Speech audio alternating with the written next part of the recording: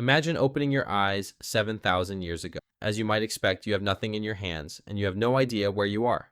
You look at your hand because there's a stone in it, and you need to make a phone call. But you have neither a cable nor any copper. Don't worry though. A clever person can accomplish whatever they set their mind to, just like what you're about to do. If you enjoy stories like this, subscribe so you don't miss the next one. There are tribes nearby, but they're far away. They won't hear you even if you shout, and in my opinion, shouting is exhausting. You need something better. You look up at the clouds, and deep in your mind, a thought forms that you can't quite explain yet. Sound isn't just noise, it's something you can capture.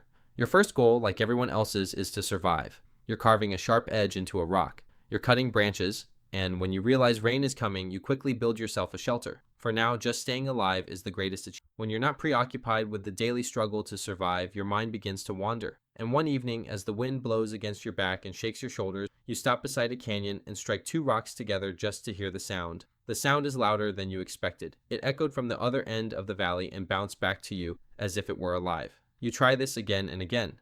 Your goal wasn't to make noise. It was as if you'd discovered a new language. If a hunter was nearby, you'd strike the stones twice, quickly.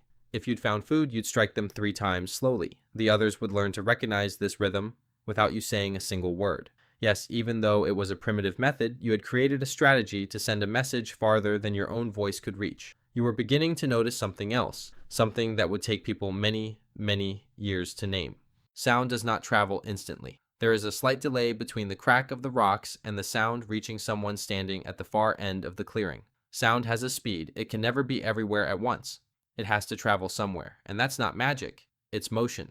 As the days went by, you began to notice strange things. Not every rock makes the same sound. While some produce a flat, lifeless sound the moment you strike them, the hollow ones, those with internal cavities, reflect the sound back to you. Even though you didn't know its name yet, you had encountered acoustic reflection. It was the same principle that thousands of years later scientists would use to explain why a scream in an empty stone room sounds nothing like a scream in an open field. You begin to experiment with this on your own. Near your camp, you find a cave with a damp entrance that stays cool inside even in the middle of summer. When you speak into it, the sound reaches you half a second later, fuller and stranger than when it left your mouth. The cave doesn't just hold the sound. It first captures it, bends it, and then sends it back. That gap between speaking and hearing your voice, that gap is an echo, and an echo isn't something that vanishes the moment you stop speaking.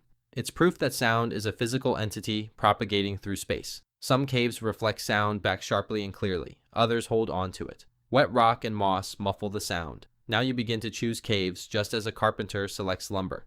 Here comes the part where everything starts to change. One night you stretch a tanned animal hide over a broken piece of wood. You work to dry it flat so you can use it later. You pin the edges down with clothespins to keep the wind from curling them. A few hours later, you accidentally tap it lightly with your finger to check if it's dry. Not only does it make a sound, it moves. You watch the hide ripple. It's really rippling, just as if you'd thrown a stone into water and were watching the small ripples it creates. Tiny ripples form where your finger touches and fade away at the edges. You try it again. This time the ripples are stronger, larger, faster, and more intense. The sound rises at exactly the same rate as the intensity of the skin's shaking. And suddenly it clicks. You understand. Sound isn't something floating on its own in the air. Sound is vibration. The skin is literally showing you with your own eyes something you've only ever heard before. How do you think the first person to discover that sound is actually vibration must have felt? Share your thoughts in the comments. Your days are spent racking your brain over this stretched out membrane. You tap it, speak next to it, and sometimes you even shout just to watch it vibrate. And then, almost by accident, you realize that the reverse is also true. If you speak close enough, the membrane starts to vibrate on its own. Just as it picks up your click, it picks up your voice. In that moment, thousands of years before a word even existed for this concept, a receiver is born. Z isn't just producing sound, it's listening. It was time to try something ambitious. You stretch 2 hollow gourds back by 2 Z units and connect them with a piece of string tightly stretched between them. You start speaking into one of them, but nothing happens. You try speaking louder, but still nothing. There's just a muffled whooshing sound. The sinew is too loose, and instead of transmitting the vibrations, the loose material absorbs them. This is the first engineering problem you encounter, and compared to the first one, it's a pretty big one. It turns out that tension is just as important as the membrane itself. You keep conducting experiments, spending days on them, but most of the time you fail. Plant fibers break very easily, especially early in the morning.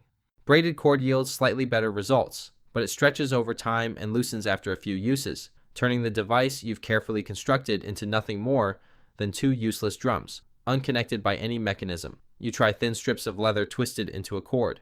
You test whether the cord extends straight through the center of the membrane or off to one side. Slowly, with difficulty, and through trial and error, you realize the cord isn't a connecting piece. It's like a highway running along that vibration, and if it sags even by the width of a hand anywhere along the way, the sound completely disappears in that sagging section and never reaches the other end.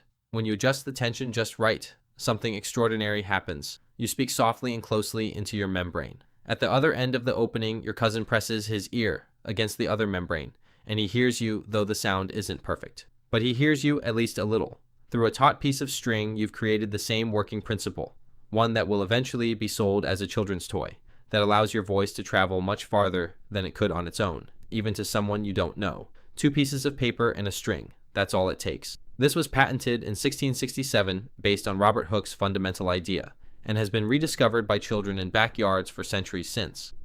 You keep working on it without stopping. To prevent the tension from being disrupted whenever a problem arises, for example, if someone bumps into the contraption or a gust of wind pulls on the string, you mount both membranes. You standardize the thickness of the leather. Thinner leather produces a higher pitched and clearer sound. Thicker leather, on the other hand, holds up longer in bad weather, but it has a minor drawback. It turns the sound into a muffled murmur. You also standardize the length of the cord because if it's too long, the vibration dies out halfway through. If it's too short, it's not much different from shouting out in the open from the very start. Each new version teaches you something you didn't learn from the previous one, and every failure narrows down what actually works. Whether you realize it or not, this is the very same process that will one day be called engineering. At some point in this process, you've built the first working version of something humanity hasn't been able to fully explain for thousands of years.